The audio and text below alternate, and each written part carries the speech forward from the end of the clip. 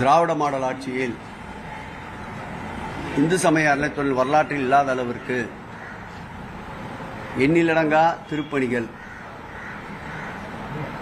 மாண்புமிகு தமிழக முதல்வர் அவர்கள் ஆட்சியின் மீது வைத்திருக்கின்ற நம்பிக்கையின் காரணமாக பெருமளவு இந்த ஆட்சியில் உபயதாரர்களால் பல்வேறு திருப்பணிகள் மேற்கொள்ளப்பட்டு வருகின்றன. அந்த வகையில்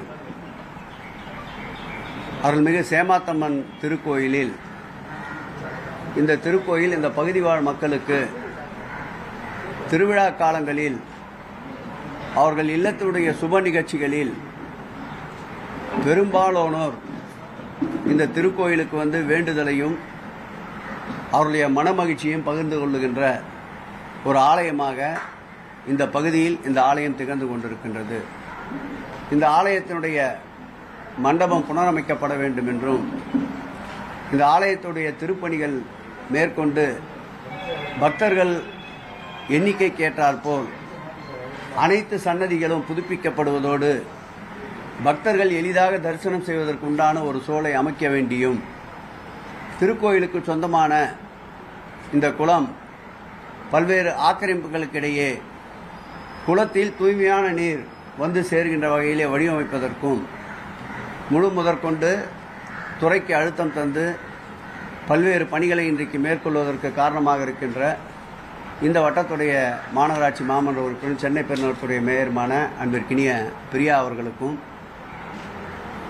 அவரோடு இணைந்து இந்த திருக்கோயில் பணிகளை விரைவுபடுத்த வேண்டும் என்று பல்வேறு வகையில் அழுத்தம் தந்து கொண்டிருக்கின்ற சட்டப்பேரவை உறுப்பினர் அன்பிற்கினிய தாயகம் கவி அவர்களுக்கும் இந்த பகுதியுடைய பகுதிக்கழக செயலாளர் வீட்டில் ஏற்பட்ட துக்க நிகழ்ச்சியால் பங்கேற்க முடியாமல் இருக்கின்ற தமிழ்வேந்தன் அவர்களுக்கும் இந்த பகுதியுடைய வட்ட செயலாளர் முன்னாள் மாநகராட்சி மாமன்ற உறுப்பினர் அன்பிற்கினிய புஷ்பராஜ் அதேபோல் வட்ட செயலாளர் கிருஷ்ணகுமார் ஆகியோருடைய துணையோடு பெரும்பாலான இந்த பகுதியுடைய துணை செயலாளர் ராஜன் போன்றவர்களுடைய ஒத்துழைப்போடு இந்த திருப்பணிகளை மேற்கொண்டு வருகின்ற தை மாதத்திலேயே திருப்பணிகள் முழுமை பெற்று நன்னீராட்டு விழா நடைபெறும் என்பதை மகிழ்ச்சியோடு தெரிவித்துக் கொள்கிறேன்.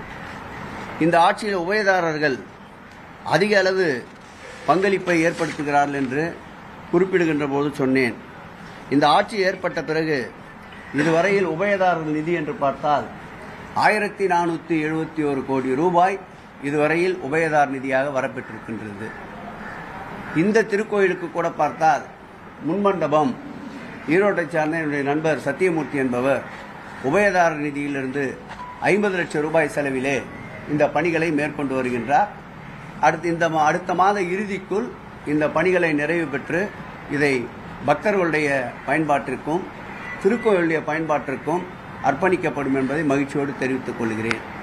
இந்த திருக்கோயிலுடைய அனைத்து சன்னதிகளும் புதுப்பிக்கப்பட்டு வருகின்ற பக்தர்கள் வசதிக்கேற்ப உயர்மட்ட ஆலோசனை குழுவிலேயும் உயர்மட்ட தொல்லியல் ஆலோசனை குழுவிலேயும் பெறப்பட்ட ஒப்புதலுக்கிணங்க கிட்டத்தட்ட 11 பிரகாரங்கள் முழுமையாக புனரமைக்கப்பட இருக்கின்றன. இதற்கு கிட்டத்தட்ட தற்போது திட்ட மதிப்பீடு 74 லட்சம் என்றாலும் கூடுதலான பணிகளை இப்பொழுது துறையை மேற்கொள்ள சொல்லியிருக்கின்றோம். என்னுடைய கணக்கின்படி 1 கோடி ரூபாய் அளவிற்கு இந்த புனரமைப்பு பணிகள் மேற்கொள்ளப்படும். இதற்கும் முழுமையாக உபயதாரர்கள் இந்த திருக்கோயிலுடைய திருப்பணியை மேற்கொள்வதற்கு தயாராக இருக்கின்றார்கள். வரலாற்றில் காணாத அளவிற்கு இதுவரையில் 3707 திருக்கோயில்கள் குடமுழுக்கை கண்டிருக்கின்றோம்.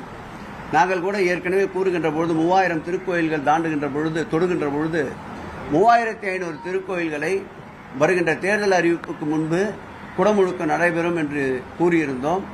ஆனால் இன்றைக்கு 4 கால் பாய்ச்சல் 8 கால் பாய்ச்சல் இந்த துறை சென்று கொண்டிருக்கின்றது என்பதற்கு ஒரு உதாரணமாக இன்றைய தினம் வரையில் 3707 திருக்கோயில்கள் குடமுழுக்கு கண்டிருக்கின்றது.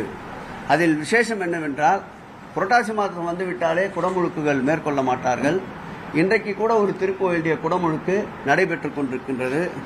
இது எதை காட்டுகிறது என்றால் மாண்புமிகு தமிழக முதல்வருடைய ஆட்சி காலம் எல்லா நாளுமே எல்லோருக்கும் உகந்த நாள் என்பதை இந்த திருப்பணியிலிருந்து தெரிந்து கொள்ளலாம்.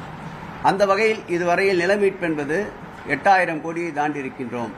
திருக்கோயிலுடைய நிலங்களை அளவிடுகின்ற பணி என்று எடுத்துக்கொண்டால் புதியதாக திட்டத்தை உருவாக்கி மயிலாப்பூரிலே தொடங்கப்பட்ட இந்த திட்டப்பணியானது இன்றைக்கு கிட்டத்தட்ட அந்த கல் நடுகின்ற பணிகள் மாத்திரம் பார்த்தால் 2 லட்சத்தை தாண்டி இருக்கின்றது.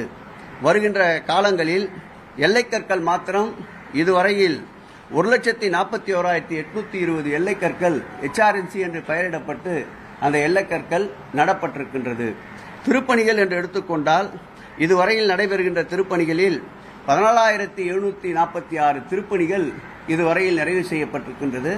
இந்த திருப்பணிகளின் எண்ணிக்கை எடுத்துக்கொண்டால் 3,878 கோடி ரூபாய் அளவிற்கு திருப்பணிகளை முடித்திருக்கின்றோம்.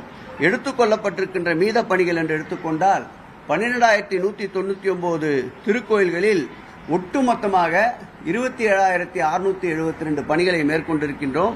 ஒட்டுமொத்த மதிப்பு என்று பார்த்தால் 6,991 கோடி ரூபாய் இதுவரையில் திருப்பணிகளுக்காக மேற்கொள்வதற்கு திட்டமிட்டிருக்கின்றோம்.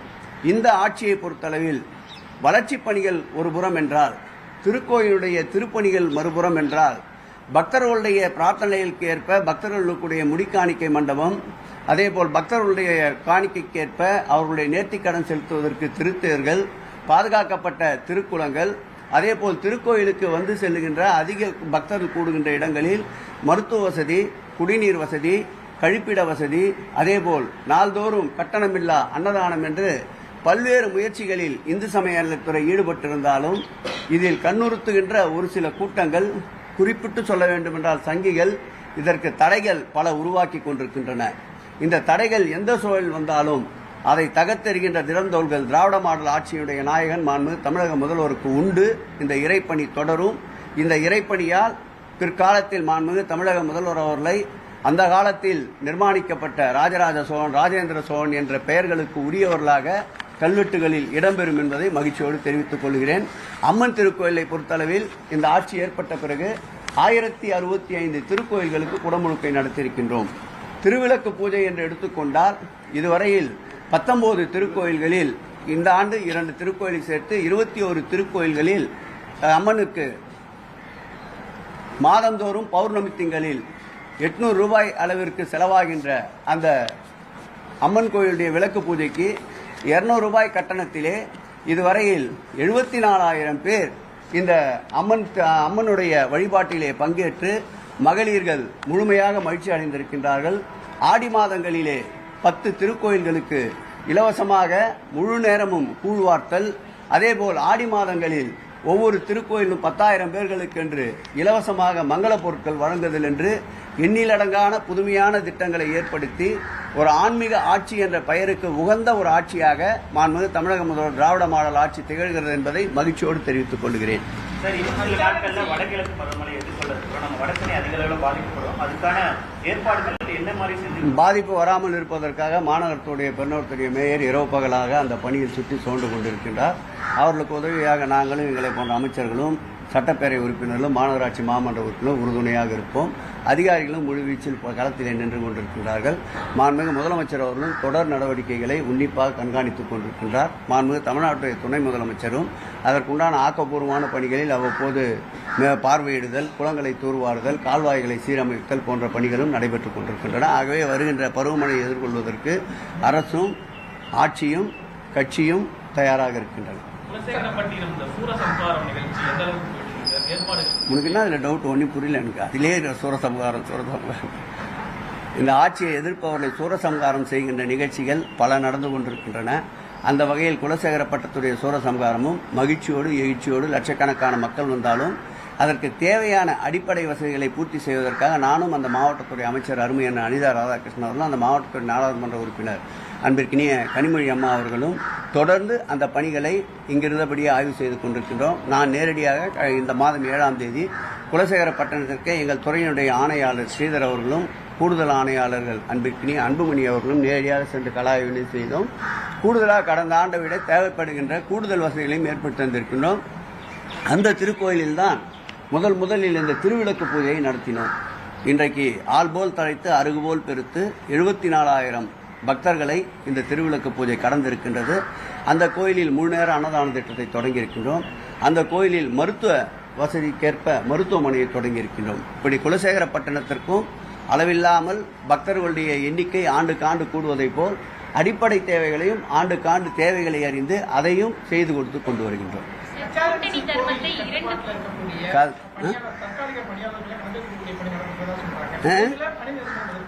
புரியல.